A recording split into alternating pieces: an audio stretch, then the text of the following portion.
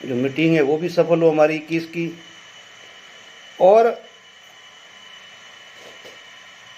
यहाँ पर एक मैं कपिल बताना चाहूँगा कि ये जो ट्रेंड जो फॉलो किया ना, कि जब चाहे हम जंतर मंतर से घोषणा कर देंगे, उसके बाद में शर्त रख देंगे भी अब आओ और अब आके अपने ऊपर ले लो। घोषणा हमने कर दी, रेल रोकना 1 तारीख को। अब जब हमें इकट्ठा होना है तो भाई पहले ये शर्त है। घोषणा हमने कर दी कि भाई बापू को और अरबाल को खड़ा करेंगे हम उनके सामने। अब आप लोग आओ और समर्थन दो कि हमें ले उनको खड़ा करना है या नहीं करना। घोषणा हमने कर दी। घोषणा करते टाइम हम किसी भी घोषणा करते टाइम, चाहे 25 तारीख की घोषणा की है नवंबर की, तो घोषणा करते टाइम हम किसी का साथ नहीं लेते हैं। हम नहीं साथ पर, घोषणा तो हम अपने आप ही करेंगे। अब घोषणा को सिरे चढ़ाने के लिए हमारे साथ आओ, ये टर्म्स कंडीशन में आओ। नहीं आओगे तो फिर मेरे पास बहुत बड़ा हथियार है सोशल मीडिया, और मैं अब तुम्हारे सबकी ऐसी कर दूंगा उसी के अंदर। गद्दार, जयचंद, मीर जाफर जो भी है, तो मेरे भाई उससे सैनिक समाज नहीं चलता है।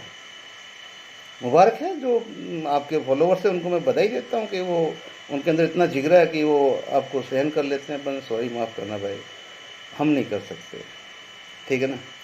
अब मीटिंग जैसी 21 तारीख की घोषणा हुई तो मेरे भाई आपने एक लिस्ट भी जारी की कि मतलब सोनवीर शर्मा साहब से लेके उदय सिंह से लेके राठौड़ साहब, राठौड़ साहब तो आप नाम लेते नहीं हो, पता है, कानून के मारे हुए हो, नाम तो किसी के लेते ही नहीं हो आप, पता है मेरे को, लेकिन मैं तो आपका नाम लेता हूँ ना। 21 लाख का, 20 लाख का, 1 करोड़ का, 2 करोड़ का सामान मेरे को भेज दो, मैं इंतजार कर रहा हूँ। अगर कभी कोई आपको गाली गलौज कुछ भी है ऐसा शान के खिलाफ बोला हो, आपको भाई बोलता हूँ, भाई हो, भाई रहोगे, और आगे आपके अच्छे के लिए है, मानो मत मानो। लेकिन आप वीडियो डालते हो सोशल मीडिया पे, तो सोशल मीडिया पे वापस जवाब देना हमारा भी हक बनता है, तो हम भी हक नहीं देते भाई। अच्छा बुरा लेके वो अलग बात है। तो आपने बहुत लंबी लिस्ट जारी की। सोनवीर शर्मा जो एक FA का घटक का एक अच्छा अध्यक्ष है, और वो हमेशा ही अपने शब्दों के माध्यम से FA को जोड़ता है। इसके साथ मैं ये भी क्लियर कर दूं दर्शकों को कि मेरा तो वीडियो ज़्यादा लाइक करने वाले कोई है नहीं, ना मेरा वीडियो ज़्यादा कोई फैला होता, लेकिन जो सुनेंगे FA क्या कर रहा है। FA के जितने घटक है वो अपने अपने स्टेट के अंदर अपने अपने लोगों को गांव गांव, डाणी डाणी, घर घर जाके उनको जगा रहे हैं कि भाई आने वाले समय में खराब आ रहा है, ये गवर्नमेंट हमें कुछ देने वाली नहीं है, और गलत फहमी में मत रहो, और गलत फहमी में बैठे मत रहो, बाहर निकलो। ये कर रहा है FA सब जगह। उत्तराखंड में भी अभी अगले शायद आज 18 की आज ही रैली होगी, शायद रैली है, और उस रैली के अंदर देखो आप FA यही कॉल करेगी कि भाई एक हो जाओ, सरकार के भरोसे मत बैठे रहो, और वो भी अपना जो भी है एकता के लिए करेंगे, और सब जगह करेंगे। FA एक दिन भी नहीं बैठी है। जो कार्यकर्ता है, जो अहदेदार है, चलो कम है। अब दूसरी बात भाई, कल तूने 3 वीडियो बनाए, मेरे दिमाग में नहीं रहता ना, कि रात को एक वीडियो तेरा और आया कि भाई उसमें तूने बोल दिया कि भाई 157 तो संगठन आपके पास आ गए। FA पहले भी हमारे पास तो नकली थी। जो अर्जुन सिंह राठौड़ साहब को समर्थन दिया हुआ था वो तो सारे नकली थे। तो ये नकली पहले से आपके पास में थे, या अभी कल परसों में ही जैसे आपने 21 तारीख को घोषणा की तो वो आपके 157 के जो यहाँ एफिडेविट दिए हुए वो आपके पास में आ गए, जो सहमति पत्र यहाँ थे वो आपके पास पहुँच गए? थोड़ा क्लियर कर देना, क्योंकि वो 157 से अभी 187 हो गए हैं। फिर भी कम से कम यार 157 निकाल भी देते हैं तो 10-15 फिर भी FA में बच जाते हैं। यानी कि FA नाम का जो बीज, अभी हम बोलते हैं ना भक्ति में कि राम नाम का बीज बो दो भाई, उल्टा पड़े या सीधा पौधा तो लगेगा। फल भी लगेगा। तो इसकी नींव जो लगी है, आपने तो पैदा करके पैदा करते ही उसमें तेजाब भी डाल दिया था, लेकिन राम नाम का बीज था, पवित्र हाथों में था, पवित्र लोगों के पास थे, पवित्र लोग जुड़े हुए थे, बुद्धिजीवी जुड़े हुए थे, जिनको थोड़ा बहुत भविष्य का एहसास रहता है, उन लोगों ने इसको ख़त्म नहीं होने दिया। कहीं से भी अमृत ला के दे के इसको ज़िंदा कर दिया, और ये अभी ज़िंदा है, ज़िंदा रहेगा। ये अभी आने वाले समय तक कभी एफए अभी ख़त्म नहीं हो सकता है। जिसको जो करना है वो कर सकता है, लेकिन एफए की एक ही कोशिश रहेगी कि हिंदुस्तान के पूरे सैनिक समाज एक हो जाए। एक ना हो तो कोई बात नहीं, 2, 3, 4 संघ बना लो, लेकिन फिर चारों ही मिलके एक लेटर पे साइन कर दो यार।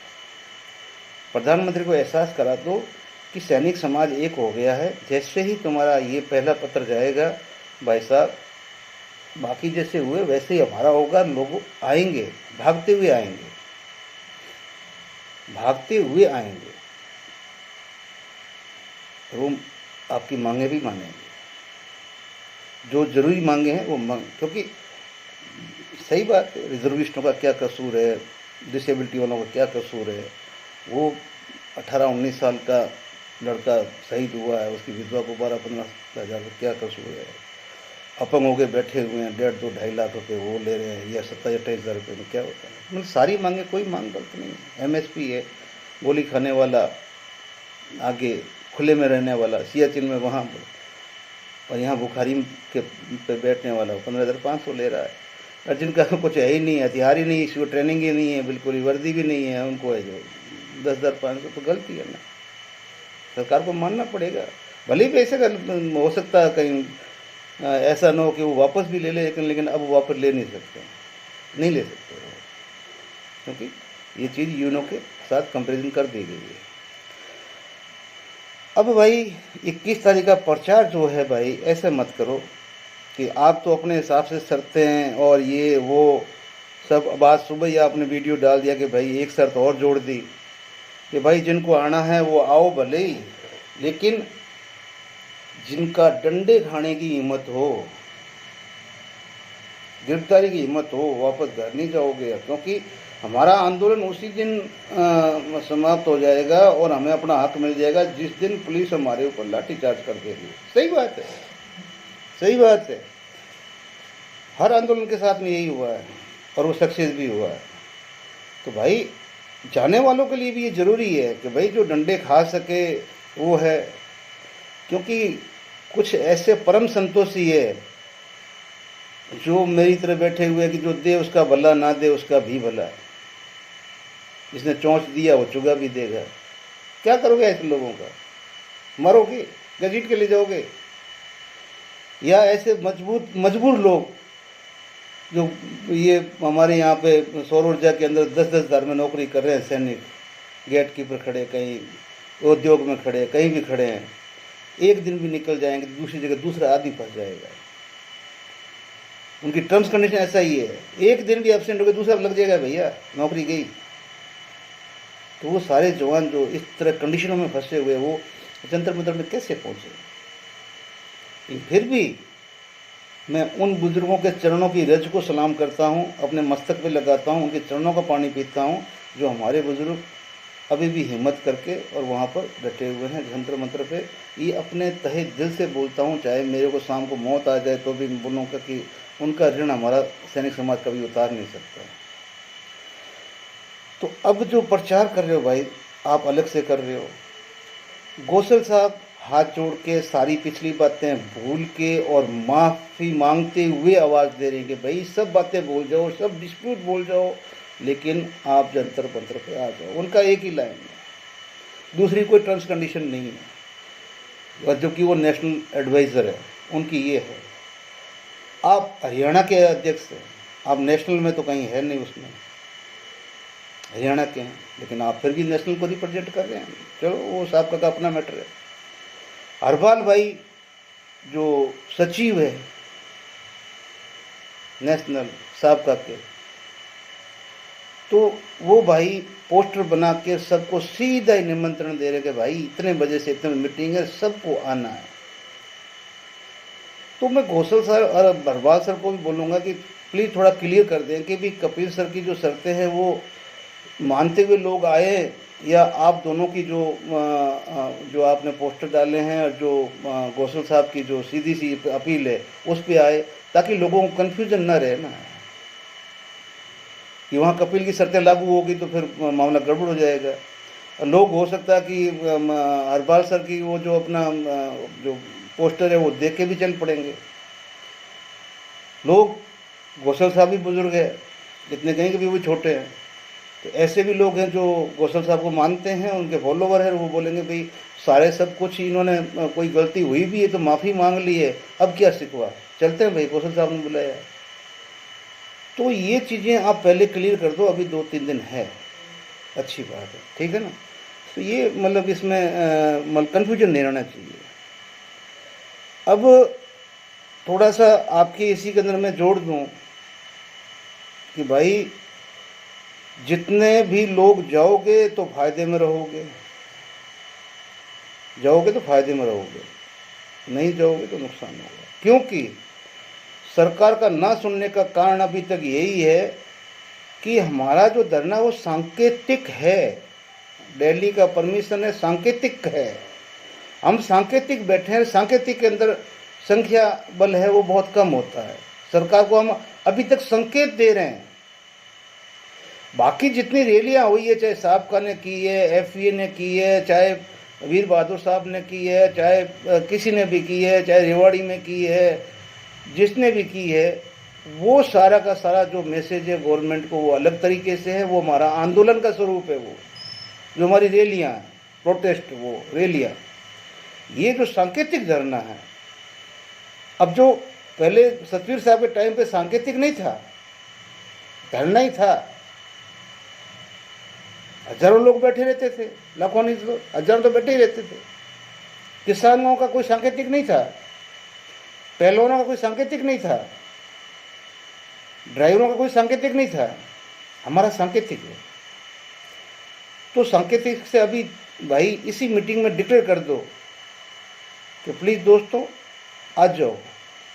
अब नहीं जाने वालों के लिए मेरे जैसे, जब मैं भी शामिल हूँ ना उसके अंदर, अगर सरकार इसी जनवरी के अंदर डिक्लेयर कर दे एक कोई भी अध्यादेश लाके कि भाई इस जनवरी 31 को लास्ट पेंशन है आपकी, 1 फरवरी में से जो आपका बजट आ रहा उसके अंदर सैनिकों की पेंशन बंद कर दी जाएगी, बंद कर दी जाएगी। हम बोलते हैं कि लोगों तक समाचार नहीं पहुंचता है।